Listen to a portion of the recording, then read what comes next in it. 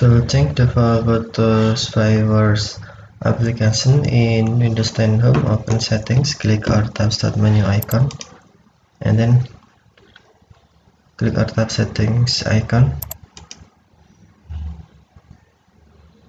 Select Apps, and then tap or click Default Apps. Select both of Fireworks default application, and then select application you want to set as default photo Fireworks. For example, pen.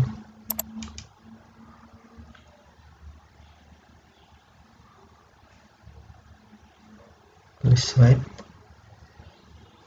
Or you can also change the file Windows Fireworks application from right click on Start menu icon, and then select Apps and Features.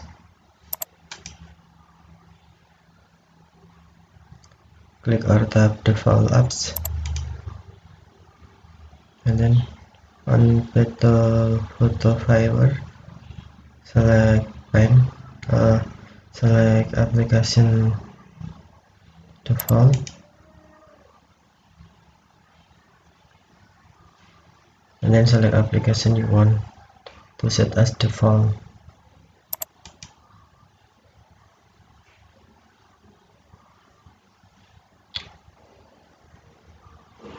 Okay, thank you for watching. Have a nice day.